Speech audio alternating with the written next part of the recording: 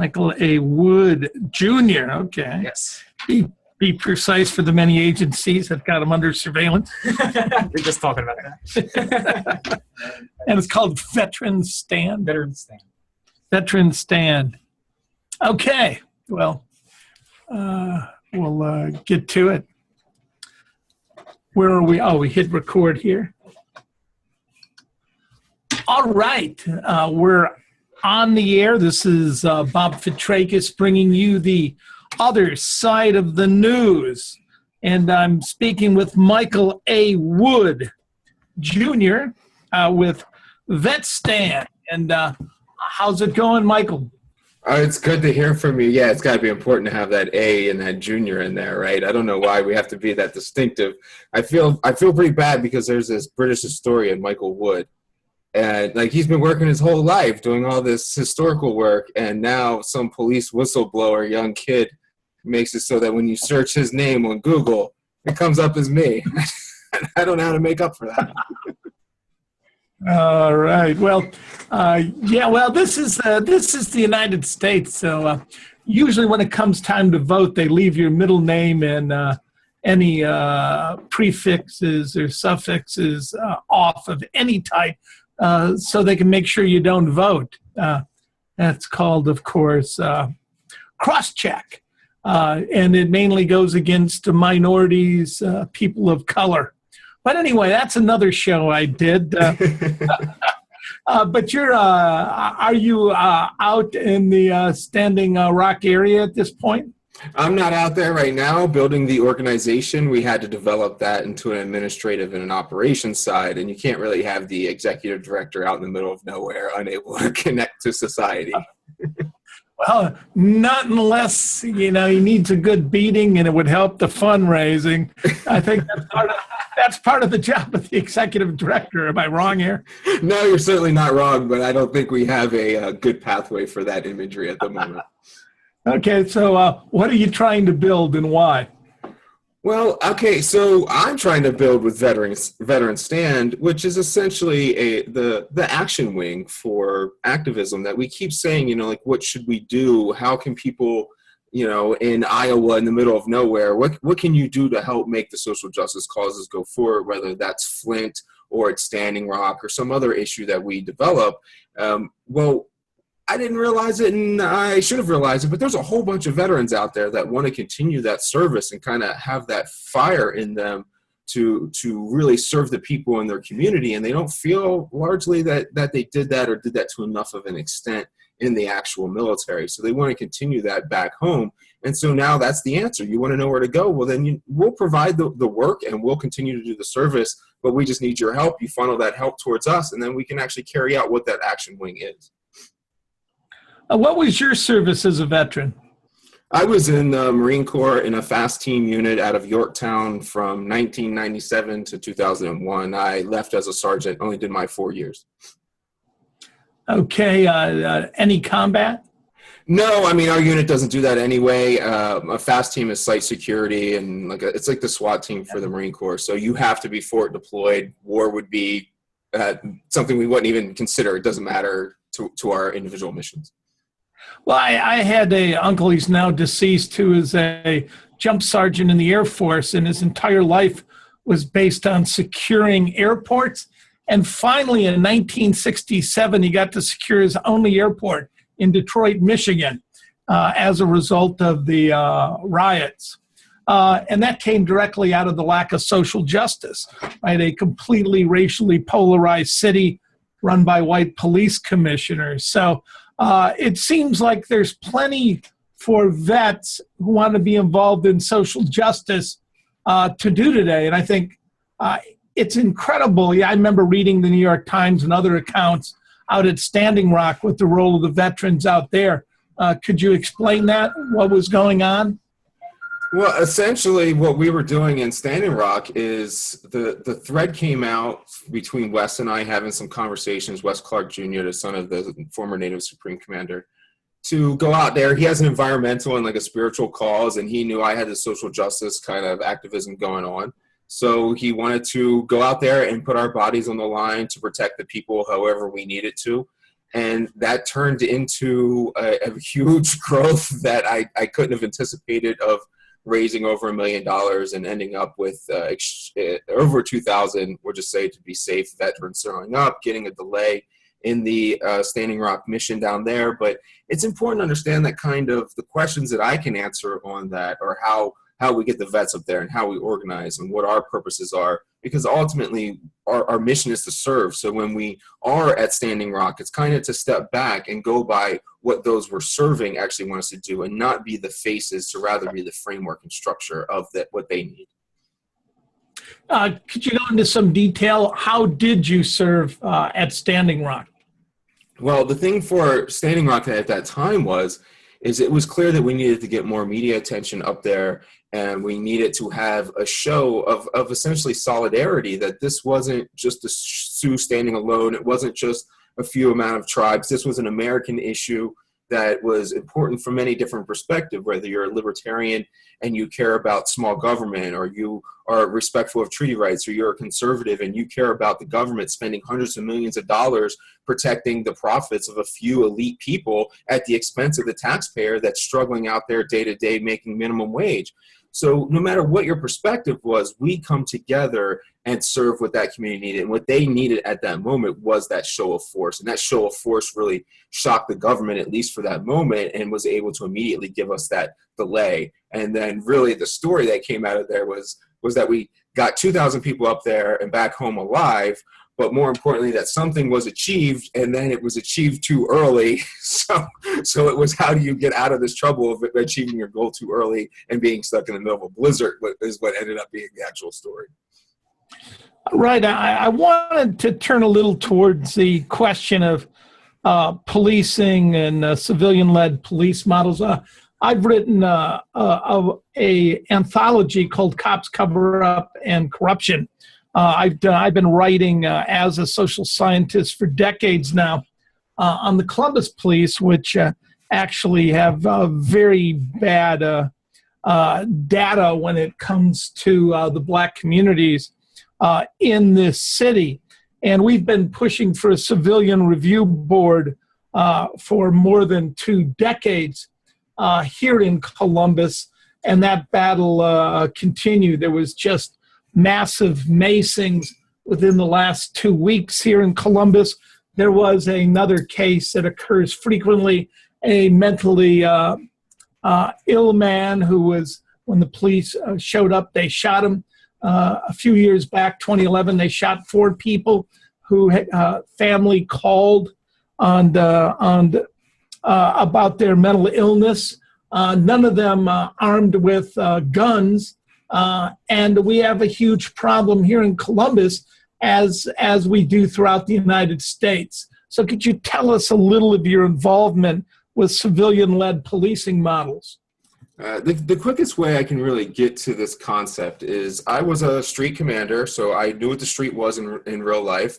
I was getting my bachelor's degree in criminal justice, and it was clear that what we were doing in literature and what we were doing on the streets, they just didn't match up. We were really unprofessional, and the criminal justice as a scientific field. What would be an example of that, by you thinking you were unprofessional or wasn't matching, what you were being trained on paper to do?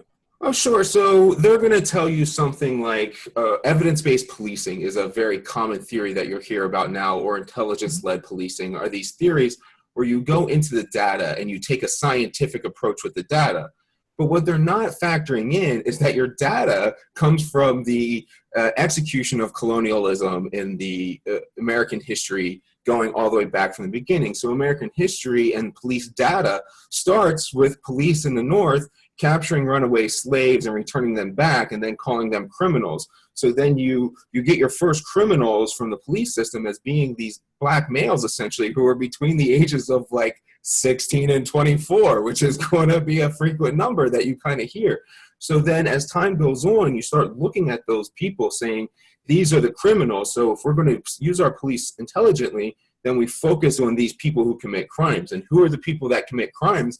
Well, our data says that the people that commit crimes are 16 to 24-year-old black males. So that continues to go forward. And now we do those things where we say violent repeat offenders, targeting enforcement. And all this comes from the data of saying, yes, these people are the ones that commit crimes, but that's not truly what they are. Those are the people who have been charged with crimes. That is not the people who have actually been committing the crimes like we treat that variable to be.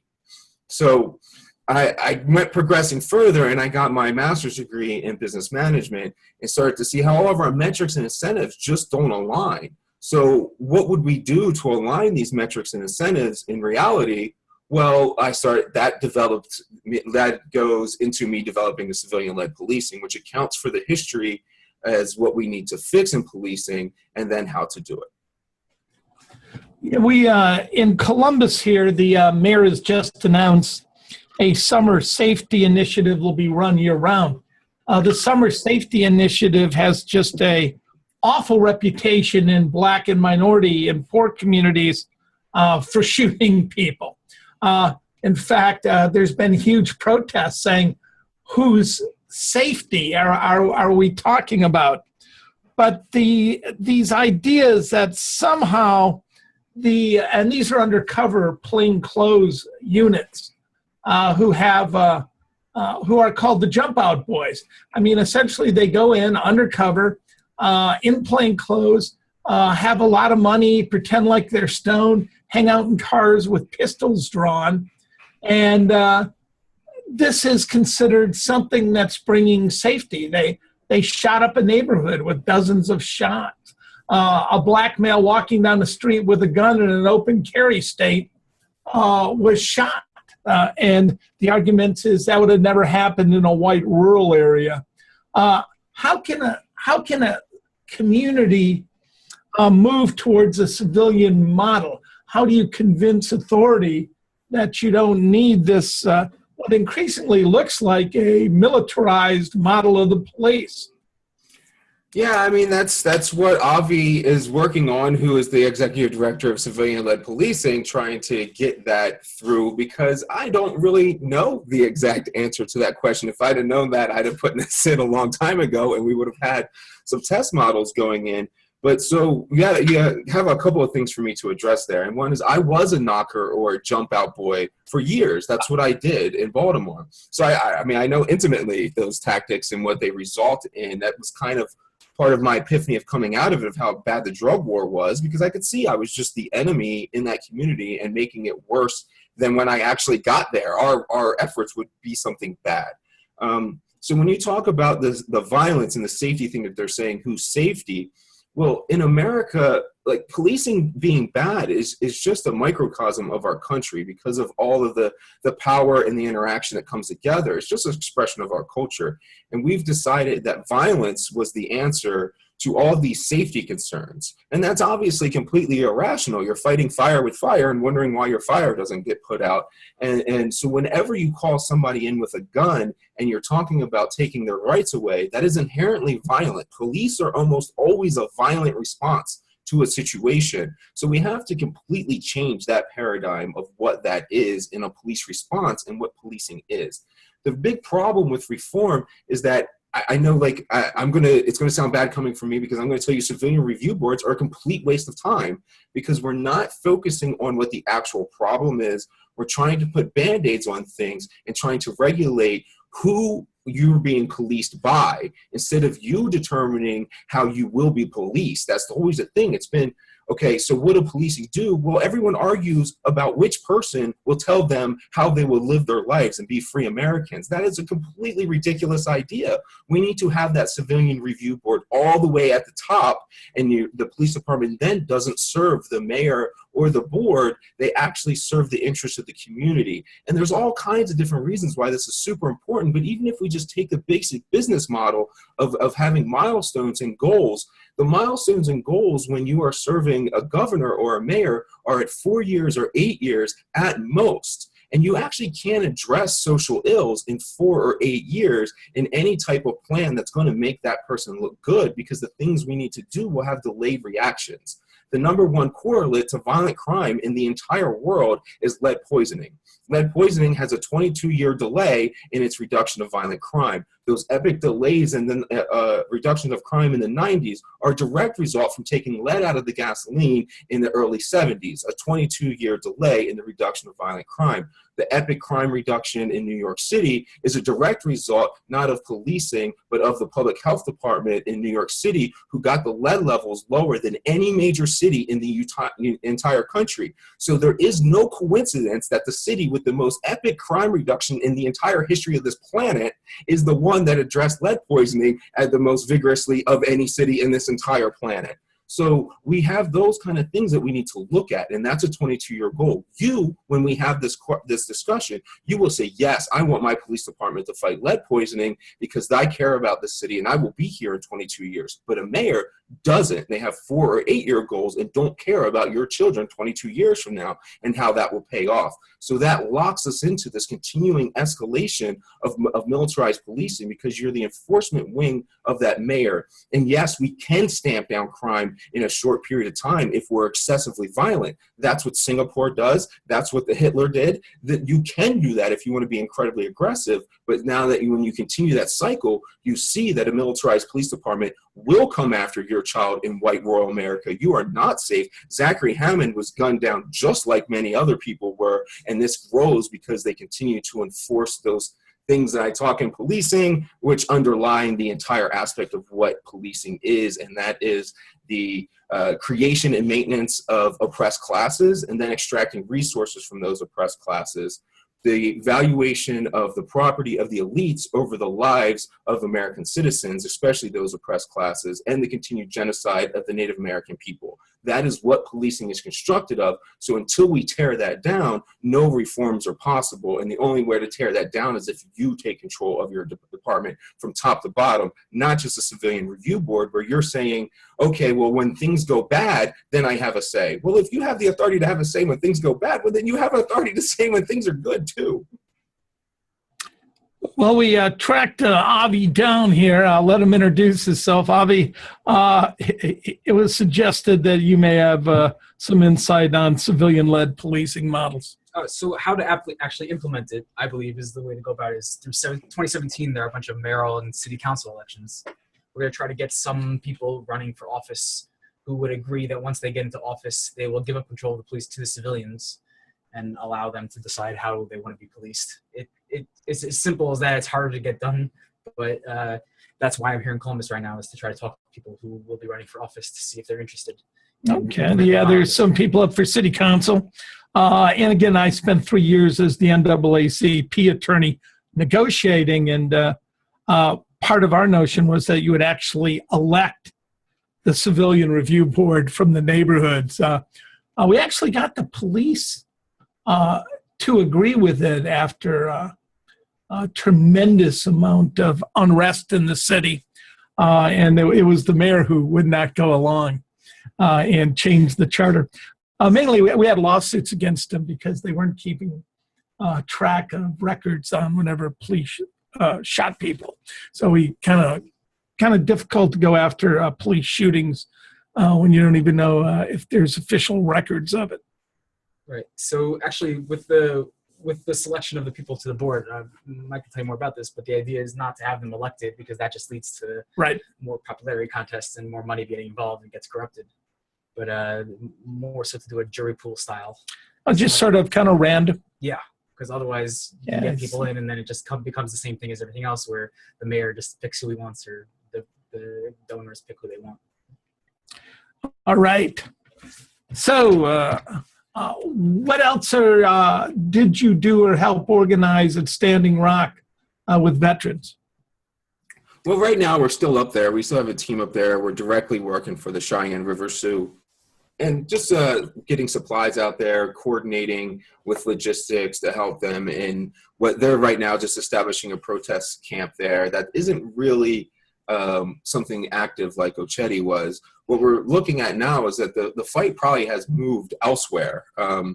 not that it's not important to stand there at the site, but the area does get soaked. And we now have a fight that's in the courtrooms and in other locations and in Washington, D.C., and in divestment plans and things like that. So right now we're in the middle of really regrouping with them and trying to see what the best approaches are going forward to address their needs, because remember, that is what we have to do essentially with the civilian-led model too. Is what we're doing is we're taking a stakeholder theory and we're using a Delphi methodology of interviewing to essentially identify stakeholders and build consensus with the actual stakeholders of the community. And stakeholders mean whether a drug dealer on the corner, and they mean a business owner as well. And that's what we do pretty much throughout any of the operations I'm going to be involved in, is identify stakeholders and figure out how we can serve them, not come in there with any white savior complex telling them what I'm going to do. And I'd like to mention for the record, Carolyn Harding, one of the last 9 people arrested with the Columbus Community Bill of Rights, was arrested, I believe, late yesterday. And we're getting reports that the Bureau of Indian Affairs is now moving in a mop-up action. Is that correct? Yeah, that's correct. And the National Guard and state police and U.S. Park Service. So they're all there. I guess really the problem in a lot of that is that Ochetti is, I guess, federally government recognized as being their land, although I think those arguments are so funny that we're arguing about whether it's the second, third, or fourth time their land has been stolen and how we're going to go about that. But both of those other 2 camps are technically on locations that aren't legal. So we're trying to regroup some camps back in areas that are legal so that they don't have that excuse. And that's the excuse they're using to be oppressive, lock up the military, lock up the journalists, yell at all. Like, our people were up all night long just trying to get people out of Ochetti the night they were doing the raids and get them to a safe area, because the police were literally running them down and throwing people on the ground and injuring them and not caring, because for something that was supposedly for cleanup efforts or trespassing. But like, we've been trying to do cleanup efforts there. That's one of the reasons our teams are there, but they keep blocking us and they keep messing with everybody. And it's like, they're saying that there's trash there, and then we say, okay, well, we're here to help it, pick it up. And then they say, well, you can't be here. And then they go, oh my gosh, there's trash here. And it's like, I don't understand this entire argument that's going on. So maybe we do need to take this fight elsewhere, like I was saying. And again, I have Avi here. I have these police forces. At least when I used to cover the World Bank and the World Trade Organization, I hadn't realized the police agencies associated with the U.S. Government agencies. The ones I saw mainly looked like a pro football team. I mean, these guys were, Department of Interior people. Should we think of them as police forces, these groups that are associated with these agencies? Well, he's going to defer to you. What do you think, Michael? I mean, are these huge guys that all look like they should be NFL linemen? No, I mean, I think for the most part, you see cops dressed up like that and doing the things that they do because they're extremely afraid and they don't have the physical capability to defend themselves, and they are well, I've always found that if they show up in riot gear, there's going to be a riot, whether there needs to be one or not. Yes, that's because they got dressed up and they're sort of pissed off. Yeah, I mean, it's absolutely true. And sometimes they're pissed off because they're out there in riot gear because some police commander put them out there in some situation they don't want to be in and don't believe they should be in. And that's one of our big problems. Is what Standing Rock does show is that the line between private security and public policing is extremely blurred, and I don't know if there is a line there. Those private security officers that are working for DAPL, they're acting like they're police officers, with attacking people and locking them up and having dogs bite at them, and then bringing dogs in early on. Yeah, and then the state sanctioned federal and state and local authorities are acting like private police for DAPL. So I mean, the line is very blurred now, and that's because our politicians are the ones directing what those police departments do, and those politicians, we know from a Princeton study, directly serve those donors and those money interests in DAPL and not the citizens they're supposed to be serving. All right. So what would you do with all that extra equipment if civilians suddenly became police hobby? It hasn't the trend been to weaponize, militarize, and really make these paramilitary organizations? Well, so I'd refer all the policing questions to Michael. I'm more of the organizational structure to implement the model itself. Oh, so yeah, you're down here to convince people that they should actually police themselves. I'm more of the using Mike's model that he created. I'm going to try to implement it through political action. I work on political campaigns, so this is more my lane. All right. Michael, what's going to happen with those huge, extra helicopter and armored vehicle police? I mean, the tendency I've seen is for police to actually hire more vets, but particularly prefer special forces guys. Well, you have two kind of weird issues there right now. I'm pretty convinced, I don't have the data because, as you know, we don't have police data because they don't give us any darn data to actually know anything. But I'm pretty confident that... Yeah, the rule in Ohio, legally, if you don't make the records, you don't have to turn it over. So literally, you don't keep the records. Right. So I think combat trained personnel are going to be much less likely to use excessive force than probably any other group out there. If they're educated, college educated, then the science would even say more so that if you had somebody that was combat trained and 4 years, that they would be the least likely to use excessive force. My problem with that is that they're the least likely. Go ahead. But didn't the police win a case that they have the right to pick people with lower IQs over applicants with higher IQs? I heard that, and I would take offense to everybody that says that because I've had extremely high IQ and high test scores my entire life, and they let me through. So, I don't know. It's kind of a backhanded insult. No, I mean, they were arguing. I mean, a lot of these, you don't train most police. I mean, at least in Columbus, you got to have a GED. You don't have to have, there used to be LEAP grants. I started out in college, my first course. I taught police officers in 1979 in a night course. I taught them political ideology. I taught them constitutional law. I mean, all those grants are gone. I mean, you don't see the police forces going, wouldn't it be really nice if people had a background in civil rights and civil liberties? That's not a prerequisite anymore. Yeah, and I hear you, but I'm not sure it should be. I think that is looking at policing in the wrong model still. It's trying to figure out how we regulate the violence when the answer is that violent response is not the answer. So when we were talking about, we got sidetracked there for a second, and I don't remember where we were going exactly. But so the combat trained Marines, or anybody.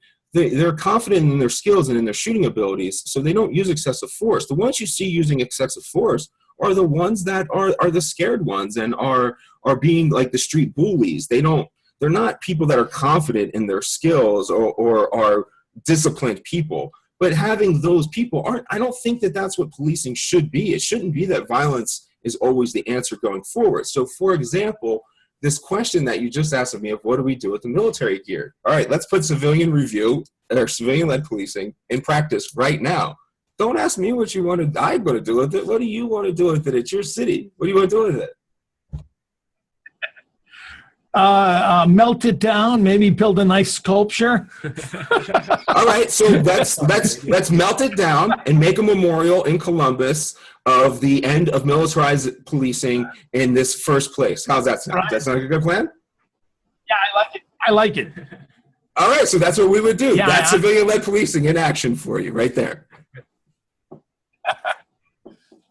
I've talked to a lot of police over the years, negotiated with them. My brother is a disabled police officer, was disabled in the line of duty, and his big obsession is that all they're basically trying to do is get home alive. You're putting them in violent environments. How do you respond to that? Well, I mean, even like what you were saying before, when you think about why don't we do things like we did in the past, I want to always be clear that right now the police are less violent than they ever have been, less corrupt than they ever have been. You just are seeing it now. I mean, every single rap song from 50 years ago would have told you all this stuff and let you know that it was happening. We just didn't believe those sources of information. That's part of the cultural problem, is that when I say criminal justice isn't a science, it isn't. It's a religion and an ideology where they say things like the thin blue line, or there's no such thing as a routine car stop. Yes, there is such thing as a routine car stop. God damn it, every single car stop is routine. And the idea of it being bad, it's like 0.00001% of car stops go bad. So if you're going to conduct yourself in that manner, then you are not thinking of the broad picture and doing things in any kind of way that's intelligent. You're resting on these worst case scenarios. And so like police now are never been safer than they are now. This is, cops don't get killed. They used to get killed all the time in the 70s. They're not getting killed now. It's like a handful of deaths come at the hands of suspects. The vast majority of deaths and injuries from police come at the hands of vehicles, which is the most dangerous thing that we do in policing, is drive that damn vehicle around all day long. So we're not looking at reality of how dangerous the job is. A taxi cab driver's job is more dangerous. I mean, you're the one with the authority, the vest, the gun, like you have the upper hand. It's not that dangerous. And sometimes we get in policing gets in this, we must do this, we must attack. And so, like I'm saying, is we push them to be violent. So that's one reason why civilian review boards are also iffy, because the mayor and the council and the commanders are building in metrics and incentives for these officers to go out and make these arrests and to be knockers. But then when something goes wrong, all the blame gets shifted to the lowest person, the pawn in the system, because the civilian review board runs them and says, no, you did wrong, but they were doing exactly what their commanders told them to do. So you get in a juxtaposition there as well on what your incentives are. Well, we were talking earlier today at a meeting, and the role of the police came up. Massive gentrification and redevelopment is occurring in this neighborhood where this studio is, and also up in the Ohio State campus area. And what you're getting in both cases is bar owners are complaining that suddenly the police are harassing the hell out of them in their buildings, which everyone wants these new 5-6-story tall condo apartments with bars on the floor. And it looks like the police themselves really are serving somebody's class interest, and it doesn't seem to be hidden well. Would the police behave the way that they do without representing the interest of the 1%? No, and I think that's like one of the key issues that I guess I get the most pushback on, is that we like to think about the rotten apples in the system or the corrupt cops. And what I'm trying to tell you is the cops are just human beings that signed up for a job. The problem is the system that creates and regulates what they do. For instance, if a cop is a complete racist and he hates everybody of color, but he goes to his job and he treats everybody with respect and procedural justice, I don't care at all what's going on in his head. But the current system takes somebody like me who didn't have a racist idea in their head, but yet I executed racist policies from that system day in and day out. But so did you want somebody that wasn't racist but did racist things, or do you want somebody that is racist but doesn't do racist things? I think it's a lot more important that we have people that don't do racist things.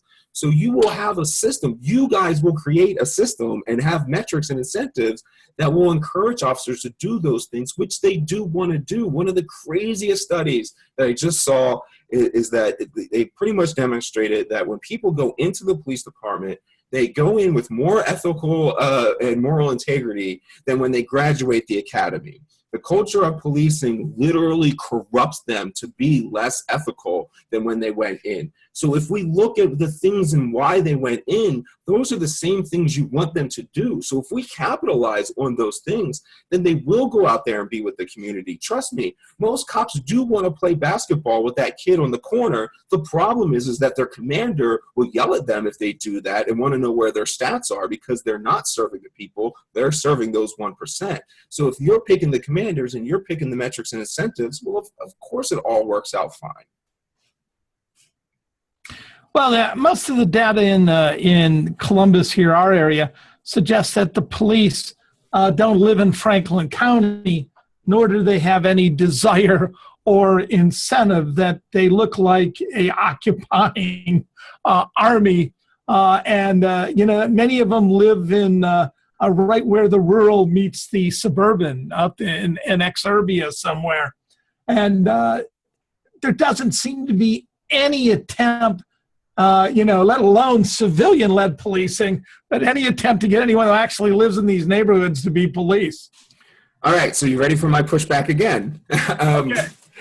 I'm unconvinced that that's a relevant thing. I think it's only a tax-based argument. We have most of these problems, and the worst policing problems are in hyper-segregated cities. And so you can be in Baltimore or in Columbus for sure, and you can live in there, and you could have nothing or any association at all with those neighborhoods that you're going to be policing.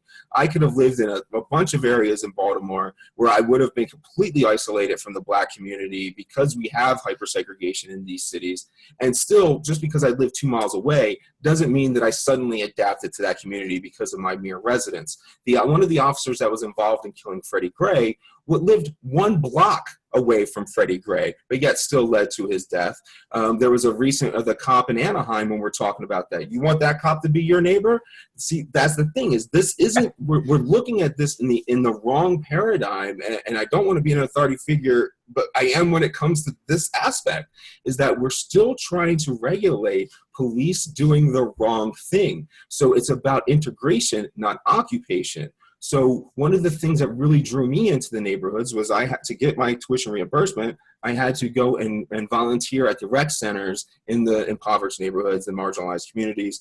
And when I went there and did that, I loved it. And it was readily apparent to me that with that boy or that girl that I was playing basketball or scooters with in that thing, if they were on that street corner 5 years from now, 10 years from now, I would have treated them in an entirely different manner. And any cop that would have approached them aggressively, I would have defended them in a manner because I understood, because I was integrating into that community. So I don't care where you live. If you're doing a live where you live thing, then all you're doing is a tax-based argument. When the cops are integrated into the community, they will begin to want to be closer to serve so they don't have to waste time traveling when they care about those kids. So that is the key, not worrying about geography. Now, with the current opium epidemic, we've had cops busted here, one committing suicide, of course, because they were involved in protecting or directly selling the drugs in Reynoldsburg, Ohio. Is that, can you have in a system with so much illegal drugs and activity, can you really expect the police force to behave in any other way other than what they're behaving now? Currently in our system, the most violent time in American history for policing was during alcohol prohibition. The second most violent time for policing and related issues in American history is drug prohibition. I'm completely for legalization of all drugs. So when you say in an environment of illegal drugs, well, I'm not interested in an environment of illegal drugs. So I would continue to make the argument to you that we need to go through a legalization process that is structured to make sure that the impoverished communities get the jobs and the benefits from that legalization system, so we can avoid some of the gentrification issues and we wouldn't have that environment. But when you talk about opium, it's really important to remember that the police in these things are also human beings and are victims to this epidemic of what happened, if people don't know, is essentially OxyContin was overprescribed, and then the government's response to it was, well, we're just going to cut everybody off so that they can't do it anymore. And then you're pushed to go to the illegal market in heroin because you're physically and psychologically addicted because you didn't get the proper medical care under that OxyContin. And then the heroin products can't be distributed fast enough, so dealers turn to fentanyl, And when the fentanyl is in the heroin, it's 1,500 times more powerful than heroin. So the reason that people overdose or have problems with drugs is because they don't know what the quantities are, and they're overpaying for all those and fueling the black market. So the answer isn't how are we going to suddenly fix the black market in a prohibition economy. You cannot do that. You must end the prohibition economy before you can figure out how you regulate those situations. So the Portuguese police not arresting anyone for drug possession. Do you favor that model? I don't. That is because that's decriminalization, and that's a half measure that's very dangerous and clusters the privileged into being protected, but still oppresses the marginalized communities that you really want to stop. The point of a significant point is harm reduction, and decriminalization does lead to harm reduction. But I think the bigger picture for our country is what we want to do with policing is we want to feel safe. And the way you feel safe is by ending the violence aspect. And the violence can only be fixed through a legal market. Anheuser-Busch and Coors aren't fighting one another. They're figuring out how to work together and make better profits. So that's exactly what you need to do when it comes to narcotics as well. It's about how you regulate them, not how you cut them off. So the Dutch model, there should be a person paid who you can go up to, no questions asked, and get your heroin tested to see what the fentanyl level is? Yeah, I mean, those are all great harm reduction methods that I think aren't policing issues. There's public health issues, and police should never be arresting somebody for drugs in their pocket. I mean, this is really simple. So when we were talking about civilian-led model. So again, this is just like you and 6 of a representative sample from your community who are dictating this. Now, do you say that you want your police to lock up the person next to you, son or daughter, because they have a flower in their pocket? There's just no chance you're going to do that. So when we go to a civilian-led model, the drug war is going to end anyway. Okay, so when we're looking at this in the big picture, what do we have to do? I don't know. That's what I'm telling you. Because I tried everything that I could do. I really think it's up to you guys. And I don't want to shed any responsibility, but it feels really weird when it's like, okay, so we have police scientists here who come up with a situation, who can back it up through the literature, and we have a model going forward. So now it's your responsibility to also convince us how we're going to put this in place. I don't know. I can't do it. I can only be available for you guys, and you have to go in your own cities and demand your changes. The promise that I can make is that I will ensure someone adequate is there that understands this and can consult and give you guys exact direction on where to go in the forward. But the exact problem is that this is your police department. This is your tax dollars, your city. You take it. All I'm here to do is provide you with the framework so that you know what the answer is after you take it. Well, Javi, you're in town. What do you want to convince the candidates for Columbus City Council to do? I think it's very simple. We just show them the model, see if they're interested in implementing it. The idea is that if they agree to do it, if they agree to give up control once they're in position of power, although I think I think there's 3 seats up for election. Right. So that wouldn't be a majority because there's 7 seats. So we wouldn't be able to implement it necessarily unless we convince someone else, which I'm unsure is going to actually happen based on learning about this city. But it's at least a step in the right direction. And the next time around, you can get even more people in. Well, I don't know if you know, but I just finished running for a county prosecutor on the Black Lives Matter platform as a Green Party. And I got 30,000 votes. And my key point was I wasn't going to arrest anyone for drug possession. And the odd part is many of the judges at these places, including Republican judges, were arguing the same thing, that, we should have the special drug courts. We shouldn't be arresting any of these people. And I was very surprised at, that there is a sort of an understanding out there that the largest, and we are, right? Well, I think there might be one small country someplace, but right, we have about 4% of the population. We're locking up about a quarter of the people on planet Earth. Seems like a good time to convince people that's a bad model, Abby. Right, so the basic concept would be to find the city to use as a test city. So something like Colorado and Washington, where we clearly see the success of marijuana legalization, is to just find that city or two that will agree to do this. Once we show that it works, because it will, and we'll stop arresting people for drugs. And other people will notice and be like, okay, we want that in our city. And it's just about getting the ball rolling. Well, it seems like it's one thing, because these big pharmaceuticals are so heavily into pushing drugs themselves, and people understand that at a basic level. But civilian-led policing, isn't that? I mean, you're talking about poor and inner city and Sure. minority and God, what's real scary to me, upper middle class white people with a lot of money. Although they've always pretty much controlled their police. But now everyone would be able to. Isn't that going to be perceived as threatening, Michael? Well, so one of the systems in place with how you select the board is it's pre-trained, randomly selected from a jury pool of volunteers, and you have a system set up so it's a direct representative of the community, but not quite a direct representation. It is going to have an algorithm where it's weighted towards those who are policed the most. So the trick there is that whatever is good for the weakest among us will also be good for the strongest among us. So all boards will be tilted towards the side of the community that has the least amount of resources. Now, if I'm running for city council, you're going to come up to me and say what, Avi?